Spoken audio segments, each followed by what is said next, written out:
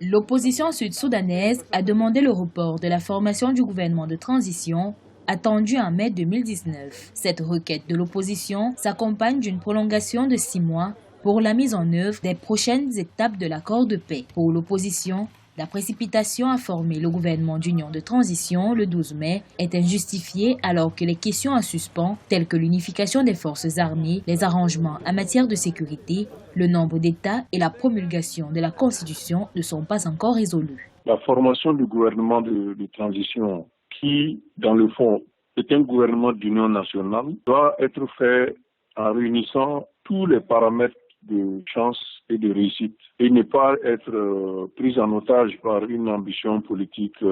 partielle et qui pourrait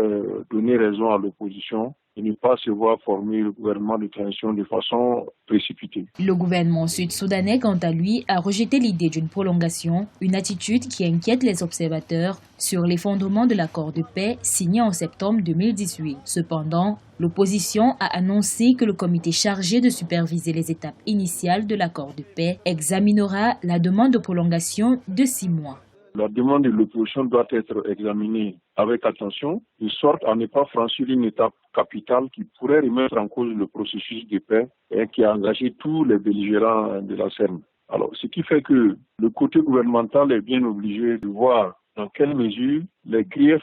soulevés par l'opposition sont valables et nécessitent donc que soit reportée la formation du gouvernement de transition. Au Soudan du Sud, l'accord de paix signé en septembre 2018 en Éthiopie entre le président Salva Kiir et l'opposant Riek Machar a mis fin à 5 années de guerre civile et en fait près de 400 000 victimes et des millions de personnes déplacées.